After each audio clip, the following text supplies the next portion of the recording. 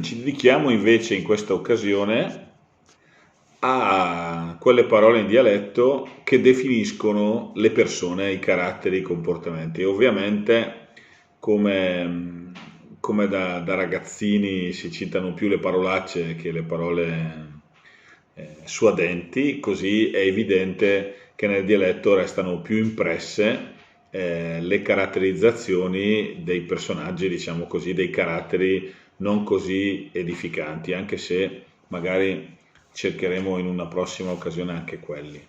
Per cui non so se mi bastano 3 minuti perché nel dialetto c'è la sfumatura e quindi ci sono tante descrizioni. Cominciamo con uno per capirci, no? Si dice di una persona che è embelelò, per dire, sentite ancora una volta, mi ripeterò spesso sul essere onomatopeiche queste parole, belelò. Belelò è un personaggio, insomma, che non è troppo intelligente, è innocente, quindi in buona fede, è un personaggio semplice, che per esempio viene anche detto sempliciot, però non vi parlerò quasi mai di parole che replicano di fatto poi una traduzione molto netta nell'italiano stesso, ma parole che poi nell'italiano non trovano loro applicazione, come belelò, come triangle.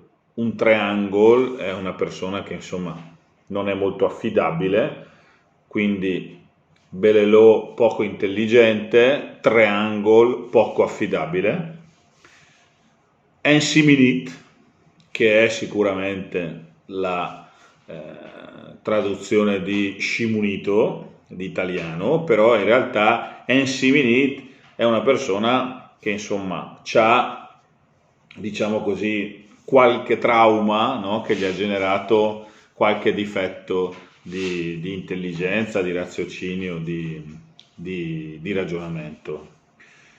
Poi ce ne sono alcune che invece caratterizzano un pochino più i comportamenti fattivi, quindi la teare è una persona che insomma è un triangle ma nel modo di fare, e quindi o l'atif è un lazzarone, è un lavativo, quindi anche qui un po' più.